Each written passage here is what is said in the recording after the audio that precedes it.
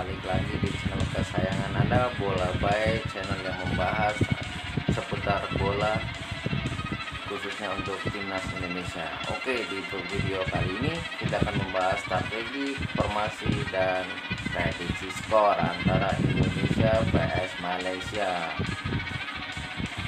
Oke, sebelum masuk ke video yang akan kita bahas, boleh sedikit luangkan waktunya untuk tekan tombol like, comment, and subscribe karena semua itu gratis. Terima kasih. Oke, mari kita masuk ke dalam pembahasan kita.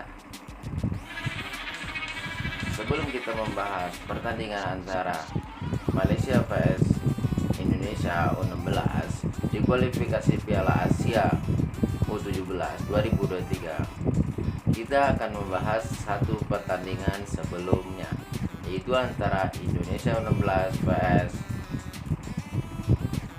Palestina, yang dimana kita ketahui di pertandingan ini Indonesia menang 2-0. Tapi bukan menangnya yang kita akan bahas, tetapi titik-titik kelemahannya. Oke, lanjut. Seperti kita ketahui,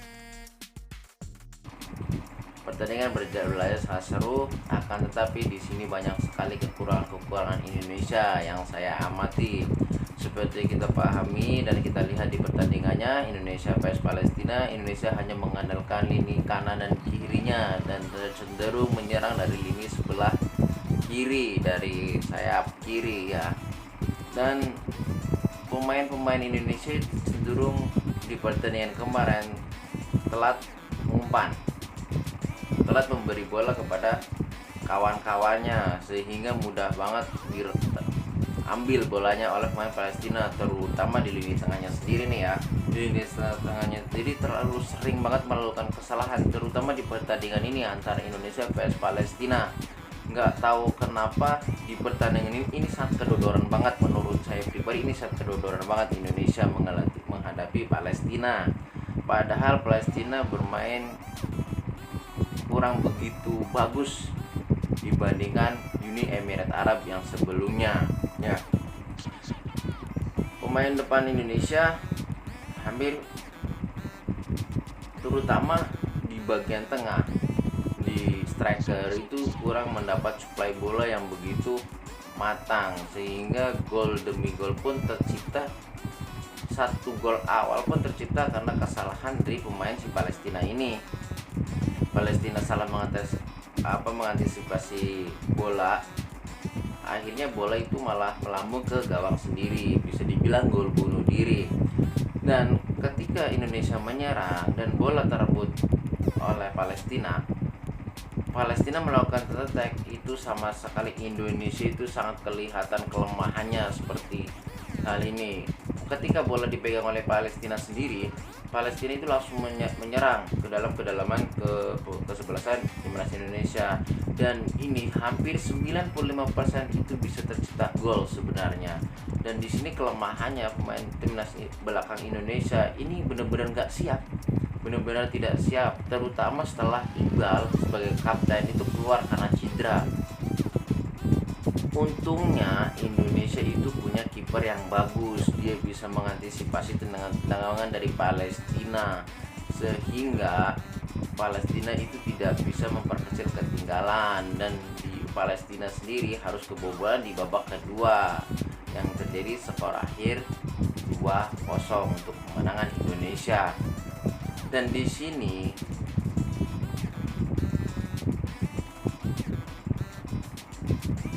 pelatih Bima Sakti mengatakan bahwa timnas Indonesia untuk pertandingan antara Indonesia vs Palestina kemarin memang mengakui satu, fisik mereka itu udah mulai terkuras, sudah melemah karena rapatnya jadwal pertandingan ya.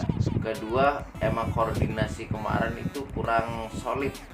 Entah faktor apa yang menyebabkan itu semua, Bima Sakti belum menjelaskannya ya.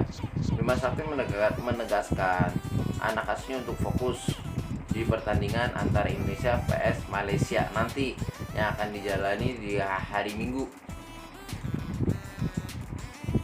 Indonesia vs Malaysia akan bermain di jam 19.30 di stadion yang sama, dan Bima Sakti menyarankan anak-anaknya latihan-latihan ringan, pembugaran fisik biar nggak terlalu capek mungkin ya, tidak melakukan pelatihan keras. Bima Sakti mengarahkan bahwa pemainnya itu fokus, apalagi ini yang dihadapi rival abadi sepanjang masanya Indonesia, yaitu Malaysia, si Harimau Malaya ya.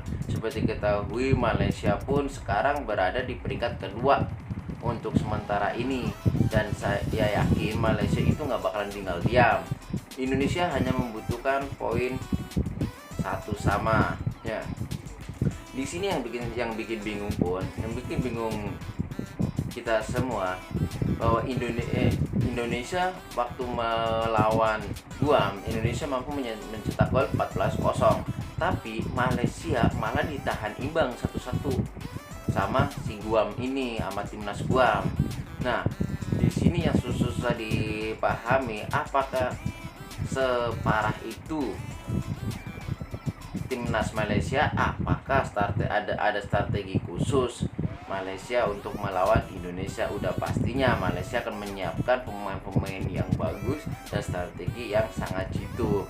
Apalagi kita dengar-dengar dan kita baca-baca, media Malaysia mengatakan kasihan kepada timnas Indonesia karena perjuangannya akan sia-sia. Dan apakah itu yang dimaksudkan sia-sia, kita pun belum mengetahui. Yang jelas bukan Indonesia namanya jika sebelum pertandingan mau menyerah. Indonesia adalah orang yang berani tempur, akan berbicara setelah pertandingan. Sebelum pertandingan tidak banyak omong ataupun banyak bicara. Bima Sakti menegaskan, pertandingan antara Indonesia vs Malaysia itu pertandingan hidup dan mati. Dan walaupun Indonesia hanya membutuhkan poin minimal seri, tapi Indonesia tidak akan melakukan hal itu. Sebagaimana kita ketahui, seperti musim yang lalu di negara tetangga kita yang hanya bermain gitu-gitu aja demi menghasilkan poin seri, tapi bukan Indonesia. Kalau Indonesia nggak ada mengenal kata seri, 3 poin harga mati, itu kata Bima Sakti. Di pertandingan antara Indonesia vs Malaysia, Indonesia vs Malaysia nanti, Bima Sakti mengharapkan pemainnya itu jangan ceroboh, jangan terpengaruh, jangan terprovokasi oleh lawan. Apalagi ini rival abadinya yang setiap bertemu pasti akan ada gesekan-gesekan yang sangat panas. Bima Sakti memberi arahan kepada anak asuhnya supaya bermain dengan kepala dingin, dengan hati yang tulus tanpa beban, biar hasilnya pun memuaskan. Oke, sekarang kita masuk ke klasemen grup B. Sementara ini Indonesia memimpin dengan 3 pertandingan, 19 gol, 2 kemasukan, dan 9 poin penuh. Dan 2 gol ini kemasukan pas pertandingan antara Indonesia vs Uni Emirat Arab. Sedangkan posisi kedua diduduki oleh Malaysia, sama-sama 3 pertandingan, 8 gol, di sini 3 kemasukan dengan poin 7. Karena apa? Karena Malaysia seri ditahan oleh Guam. Uni Emirat Arab secara mengejutkan saat ini berada di peringkat ketiga, dan dia udah melakoni 4 pertandingan dengan poin 6, 17 gol, 9 kemasukan. Dan apabila nantinya Indonesia mampu memenangkan pertandingan ini, otomatis Indonesia itu akan lolos. Untuk saat ini bisa dibilang Indonesia itu udah 1 langkah atau 1 kaki menginjak di kualifikasi final Piala Asia U17 2023. Oke, formasi yang akan diterapkan oleh Bima Sakti dan timnas Indonesia guna melawan Malaysia. Bima Sakti merencanakan formasi 4-3-3 seperti biasa kita ketahui di pertandingan pertama, kedua, dan ketiga. Bima Sakti selalu menerapkan formasi 4-3-3. Dan formasi ini alhamdulillah berjalan dengan lancar ya. Dan timnas Indonesia selalu mempersiapkan visi kebugaran. Bima Sakti sekali lagi menegaskan kepada anak-anaknya, jangan pernah menganggap remeh lawan. Selalu fokus dalam pertandingan yang belum dijalani. Jangan terlalu euforia ke belakang atau kemenangan yang sudah didapatkan.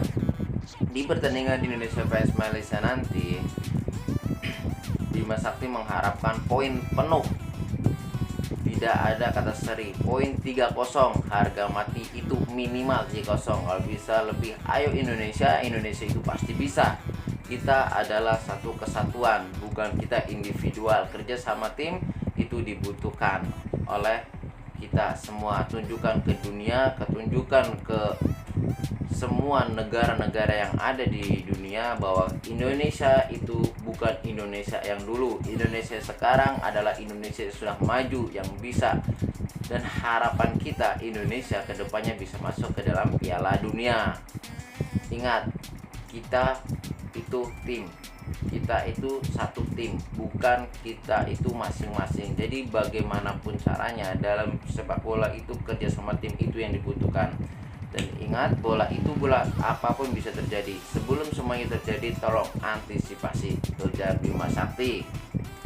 Nah, itu dia tadi pembahasan videonya mengenai strategi apa saja dan formasi apa, serta prediksi skornya ya.